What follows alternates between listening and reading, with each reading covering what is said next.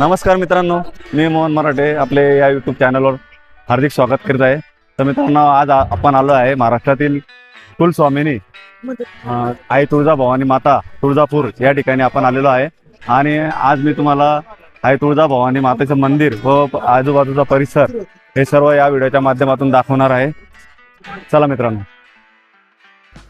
तुळजापूर हे धाराशिव जिल्ह्यामध्ये असून धाराशिवपासून 22 किलोमीटर अंतर तर सोलापूर जिल्ह्यापासून 44 किलोमीटर अंतरावर आहे. तुळजापूरला येण्यासाठी आपल्याला धाराशिव हे रेल्वे स्टेशनसुद्धा जवळ आहे आणि तसेच आपण सोलापूर रेल्वे स्टेशनवरून पण तुळजापूर येथे येऊ शकतो आहे.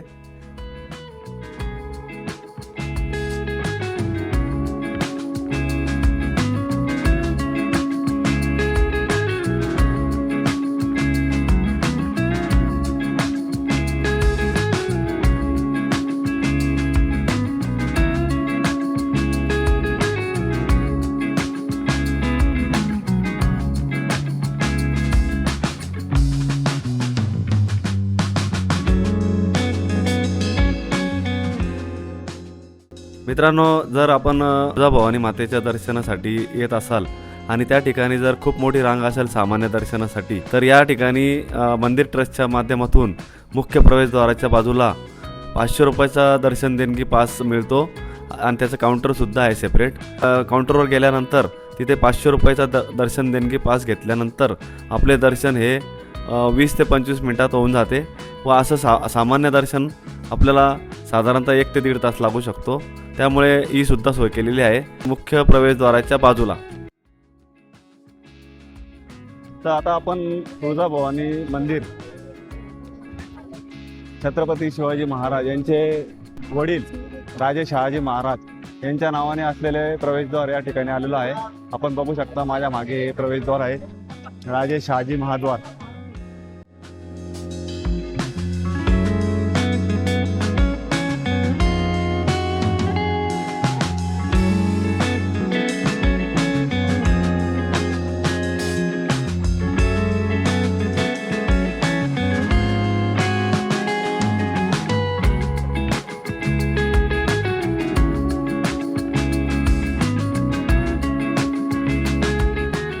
आहे कल्लोळ तीर्थ. कल्लोळ तीर्थ हे ज्या वेळेला देवीचं स्नान करायचं होतं त्यावेळेला बरेचसे तीर्थ या ठिकाणी आलेले होते, त्यामुळे एकच कल्लोळ झालेला होता. त्यामुळे या तीर्थक्षेत्राचं नाव आहे कल्लोळ तीर्थ. आणि त्यामुळे बरेचसे भाविक भक्त या ठिकाणी कल्लोळ तीर्थक्षेत्रामध्ये स्नान करण्याचा आनंद घेतात.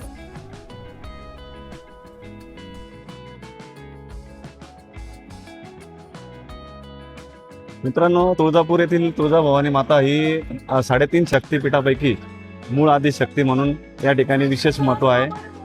तुळजाभवानी माता म्हणजे हे महाराष्ट्रातील आराध्य दैवत आणि संपूर्ण महाराष्ट्राची कुलस्वामिनी. तुळजाभवानी माता ही छत्रपती शिवराय व श्री समर्थ रामदास स्वामी यांची ही कुलस्वामिनी मानली जाते.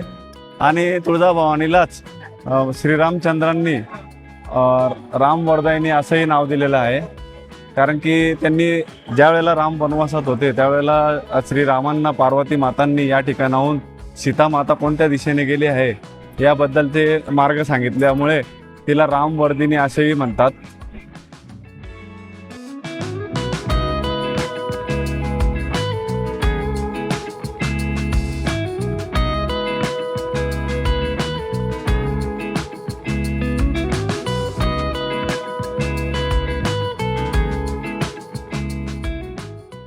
आता आपण गोमुख दर्शन घेणार आहोत मित्रांनो.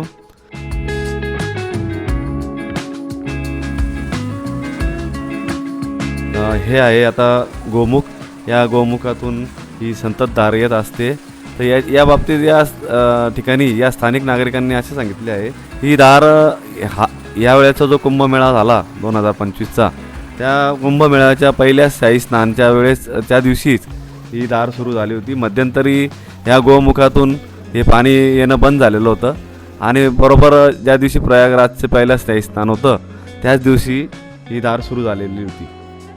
गोमुख दर्शन झाल्यानंतर पुढे आल्यानंतर हा उजव्या सोंडेचा गणपती आहे या ठिकाणी.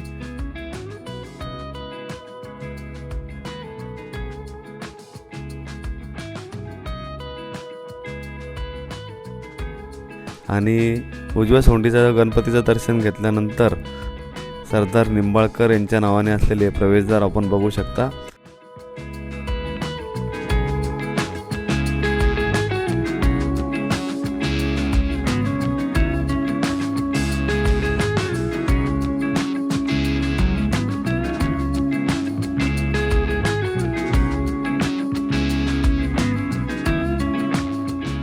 तुळजाभवानी या नावाची आख्यायिका अशी पण आहे मित्रांनो, की कृतयुगामध्ये ज्या वेळेला कर्दम ऋषींची पत्नी अनुभूती माता हिच्या बद्दल कुंकूर नावाचा राक्षस याला अभिलाषा झालेली होती आणि त्यांनी अनुभूती मातेचं पावित्र्य भंग करण्याच्या उद्देशाने आलेला होता.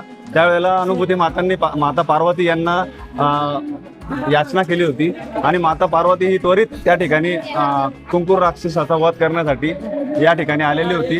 त्यामुळे जी माता त्वरित आली तिला त्वरित असे म्हटले गेलेले आहे आणि त्वरिताचा अपभ्रंश हा तुळजा असा आहे आणि त्यामुळे या देवीला तुळजाभवानी असं नाव मिळालेलं आहे.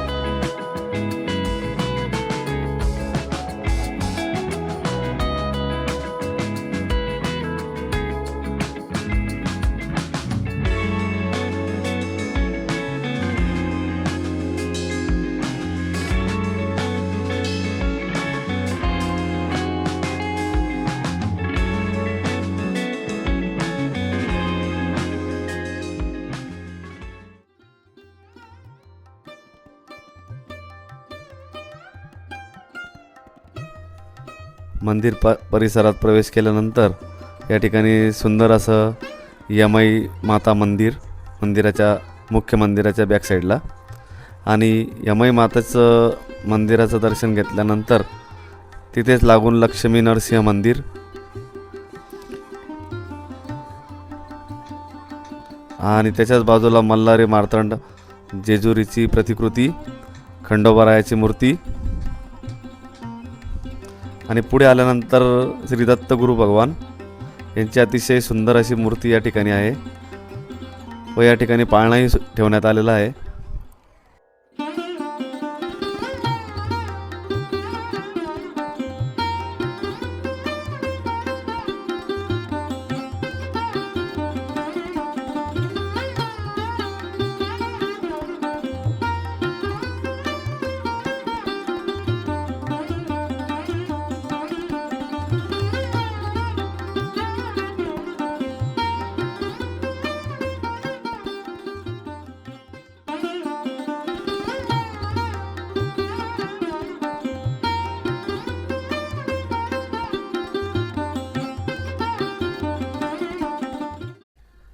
मित्रांनो, अशा पद्धतीने आपलं देवीचं दर्शन झालेलं आहे आणि देवीचं दर्शन झाल्यानंतर आपण ज्या वेळेला गाभाऱ्यातून बाहेर येतो त्यावेळेला हा आपल्याला देवीचा पलंग दिसतो.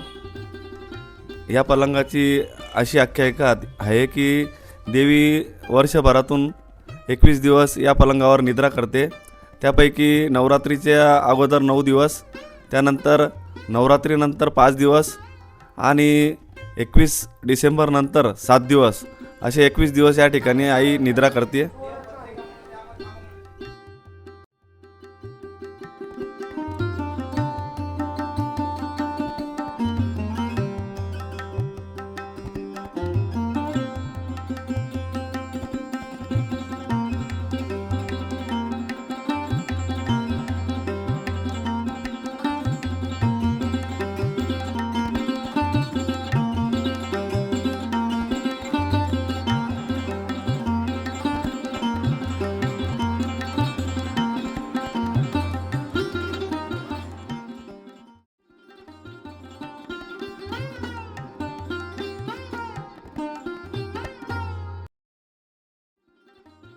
या ठिकाणी गोंधळ पूजा मांडली जाते. बरेचसे नवीन दाम्पत्य हे या ठिकाणी येऊन देवीचा गोंधळ पूजा घालण्याचा कार्यक्रम या ठिकाणी करतात. आपण बघू शकतात सनई वाद्यवाले, संबळवाले हे सुद्धा असतात.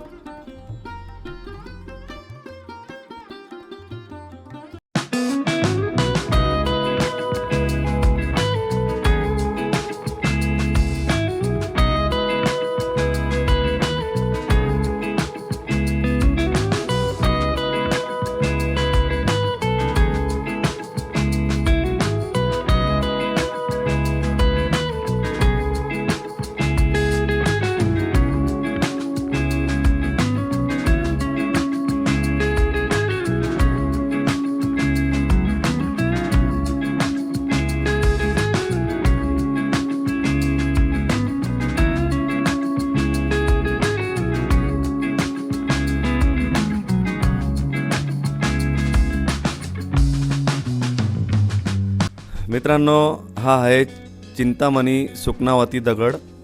या दगडचं महत्त्व असं आहे की या ठिकाणी बरेचसे भाविक हे आपल्या मनातली मनोकामना मागतात आणि जर उजवीकडे हा दगड फिरला तर तो होकारार्थी असतो, म्हणजे मनोकामना पूर्ण होणार. आणि डावीकडे जर हा दगड फिरला तर नकारार्थी असतो, म्हणजे मनोकामना पूर्ण होणार नाही. आणि जर स्थिर राहिला तर त्याचा काहीही अर्थ निघत नाही.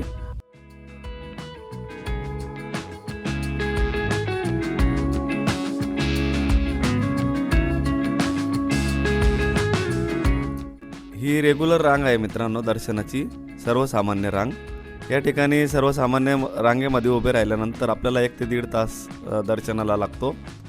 आणि मी यापूर्वी आपणास सांगितलेलं आहे की जर आपल्याला 20 ते 25 मिनटात जर लवकर दर्शन घ्यायचं असेल तर मुख्य प्रवेशद्वाराच्या बाजूला देणगी दर्शन कुपन आहे, ते आपण घेऊ शकतो त्या ठिकाणाहून.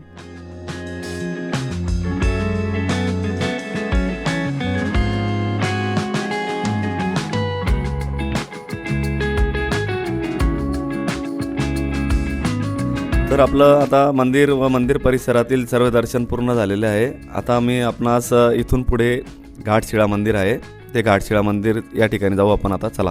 तर मित्रांनो, आता आपण आलो आहे घाटशिळा या ठिकाणी. घाटशिळा म्हणजे हे बघा माझ्या मागे दिसते ना, ही मोठी शिळा.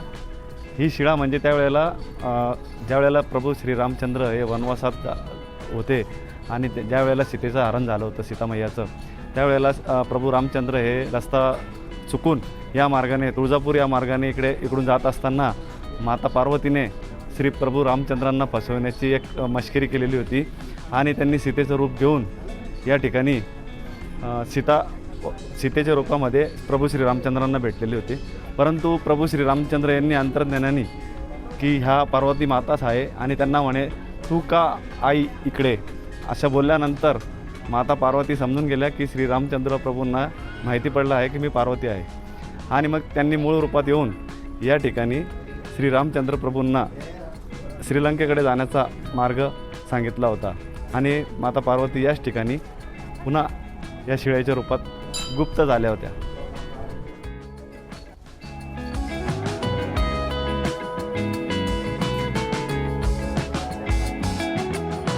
मित्रांनो, अशा पद्धतीने मी आपणास तुळजापूर भवानी माताचं मंदिर तसेच घाटशिळा व तुळजापूरमधील बाजारपेठ असे या व्हिडिओच्या माध्यमातून दाखवण्याचा प्रयत्न केला आहे. माझा व्हिडिओ जर आपणास आवडलेला असेल तर कृपया लाईक करा, शेअर करा, कमेंट्स करा आणि सबस्क्राईब करायला विसरू नका.